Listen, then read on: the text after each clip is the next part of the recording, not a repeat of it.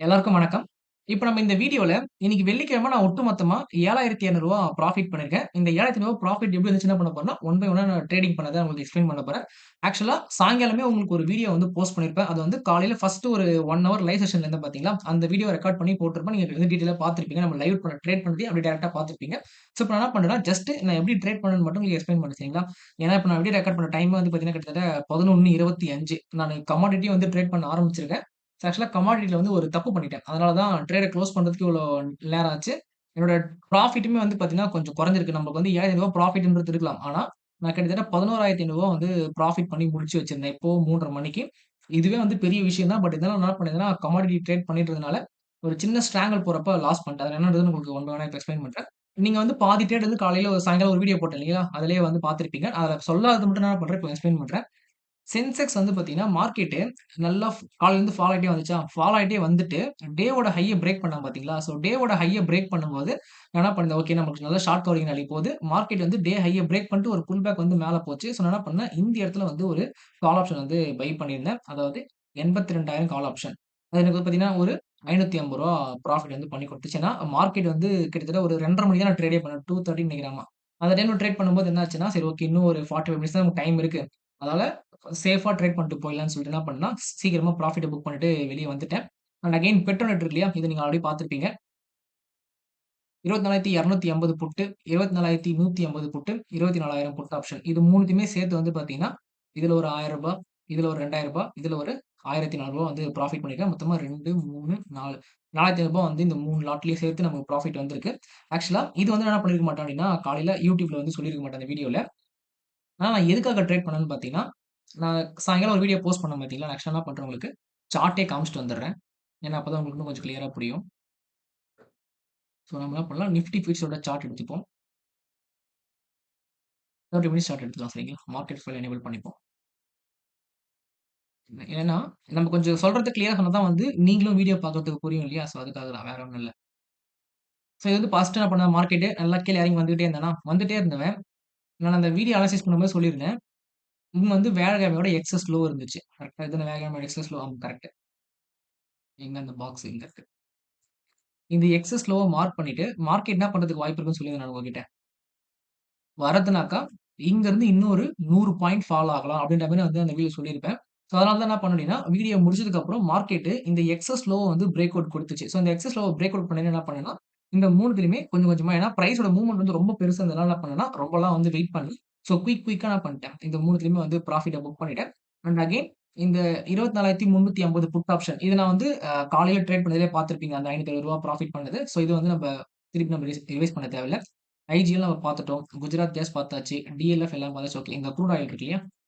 இந்த crude oil தான் நமக்கு வந்து கேஸ் ஆயிடுச்சு இன்னைக்கு. என்னன்னா, மார்க்கெட் வந்து ஃபர்ஸ்ட்டு டவுன் ட்ரெண்ட்ல போயிட்டு இருந்துச்சு இல்லைங்களா? ஸோ டவுன் ட்ரெண்ட்ல போறப்ப எங்க இருக்கு அது?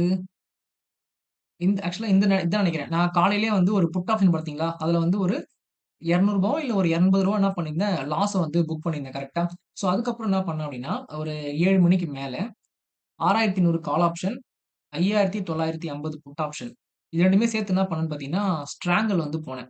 அதாவது லாங் ஸ்ட்ராங்கிள்னு சொல்லுவோம். லாங் ஸ்ட்ராங்கிள் அப்டின்னா, 2 டிஃபரண்ட் ஸ்ட்ரைக் பிரைஸ் நம்ம என்ன பண்ணுவோம், கால் ஆப்ஷன்ல ஒரு ஸ்ட்ரைக் பிரைஸும், புட் ஆப்ஷன்ல ஒரு ஸ்ட்ரைக் பிரைஸும் சூஸ் பண்ணோம். ஸோ அப்படிதான் என்ன பண்ணேன், 6,800ம் 5,950ம் சூஸ் பண்ணேன். ஆக்சுவலா பிரைஸ் வந்து அப்ப எங்க தெரியுமா இருந்துச்சு?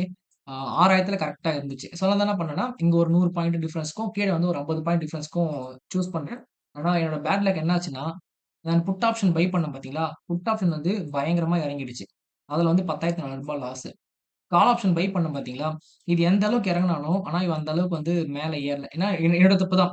இங்க வந்து பார்த்தீங்கன்னா, 50 பாயிண்ட் டிஃபரன்ஸ்ல பை பண்ணியிருந்தேன். ஆனா கால் ஆப்ஷன் பக்கம் 100 பாயிண்ட் டிஃபரன்ஸ்ல ட்ரேட் பண்ணியிருந்தேன். அதனால தானே ஆயிடுச்சு உங்களுக்கு. பிரைஸ் நல்லா மேல ஏறுனாலும், இவன் வெறும் ரூ. 4,500 தான் ப்ராஃபிட் குடுத்துருக்கான். ஆனா இவன் ரூ. 10,400 லாஸ் வந்து குடுத்துருக்கான். ஸோ நெட்டா வந்து பார்த்தீங்கன்னா, ஒரு ரூ.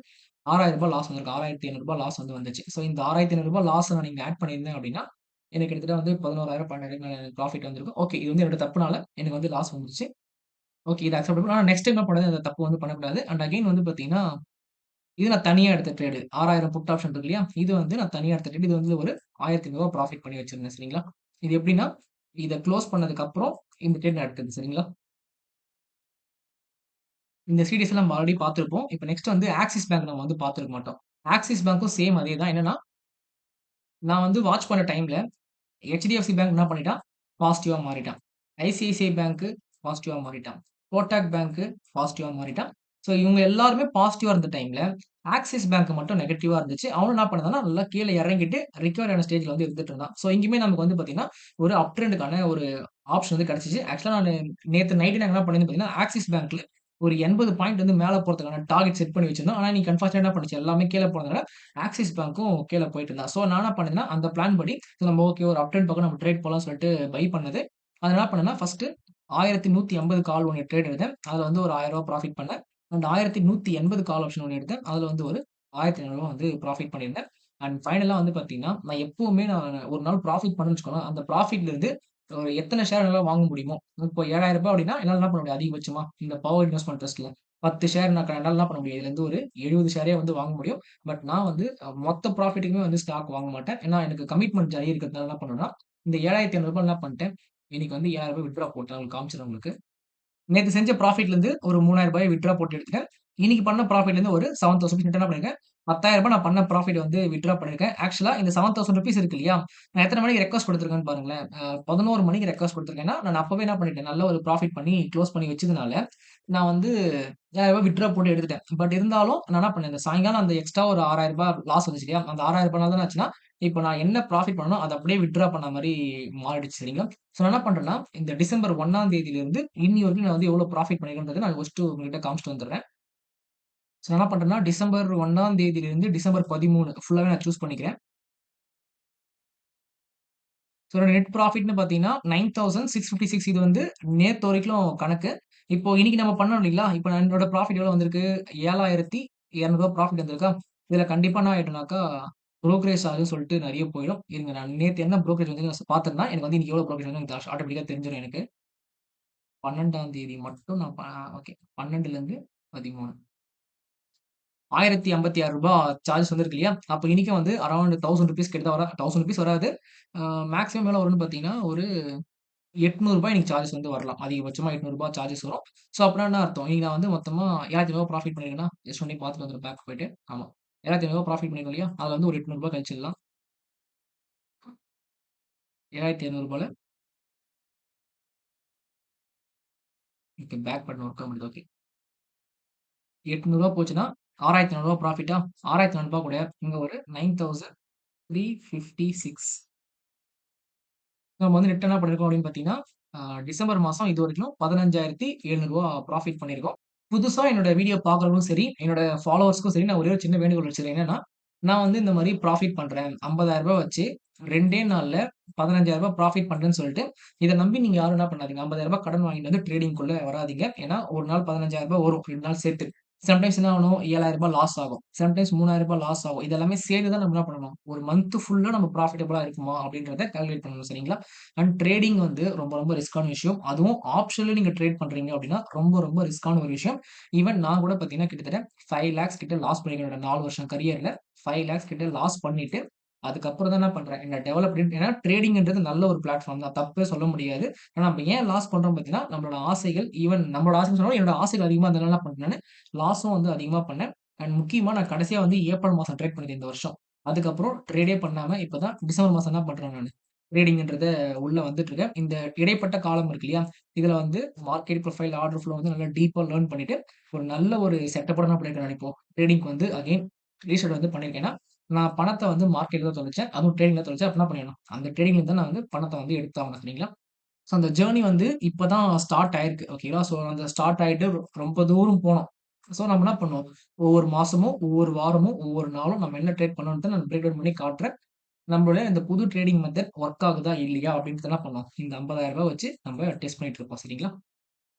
ஸோ என்ன பார்த்து புதுசா யாரும் என்ன பண்ணாதீங்க, ட்ரேடிங்குள்ள வராதீங்க. அப்படி ட்ரேடிங்குள்ள வரணும் அப்படின்னா, நல்லா டெவலப் பண்ணிட்டு அதுக்கப்புறம் ஏன்னா நம்ம வந்து டாக்டர் ஆகணும் அப்படின்னா, நமக்கு 5 வருஷம் படிப்பு தேவைப்படுது. ஒரு இன்ஜினியர் ஆகணும் அப்படின்னா, நமக்கு 4 வருஷம் படிப்பு தேவைப்படுது. அப்போ நீங்க ஒரு ட்ரேடர் ஆகணும்னா உங்களுக்கு எத்தன வருஷம் படிப்பு தேவைப்படுது?